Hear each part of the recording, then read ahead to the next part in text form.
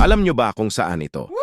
Siyempre dito lang sa IBT Divisoria, Zamboanga City. Bukas na ang mga klase-klaseng rides dito, mula sa mga chill rides na tamang-tama lang para sa mga gusto mag-relax, hanggang sa mga extreme rides na tiyak magpapasakit ng ulo. Siyempre, hindi mawawala ang Divisoria Night Market at ang masasarap na pagkain. Kaya shout out sa Shanza Food House. Perfect for family bonding habang nag-i-enjoy sa kumukuti-kutitap na Christmas lights. Tamang-tama para sa mga gustong mag-relax at mag-enjoy ng holiday vibes. Last video natin tungkol sa Diversion Road ng Cabaluay ay grabe ang dami ng views. Maraming salamat sa inyong suporta. Kala ko hindi mapapansin ang content pero umabot pa nga sa iba't ibang barangay ang mga viewers. Kung nagustuhan nyo ang video na ito, don't forget to hit follow at comment nyo ang inyong barangay para ma-shoutout kita sa susunod na content.